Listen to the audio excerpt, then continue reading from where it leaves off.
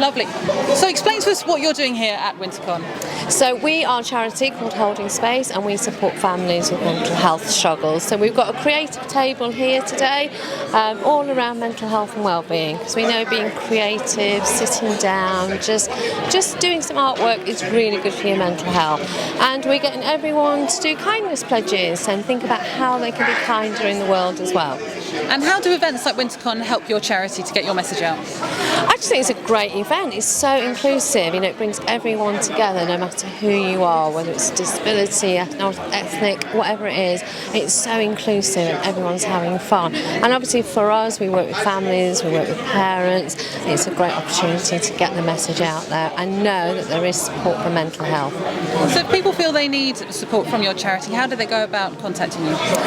Find us on our website.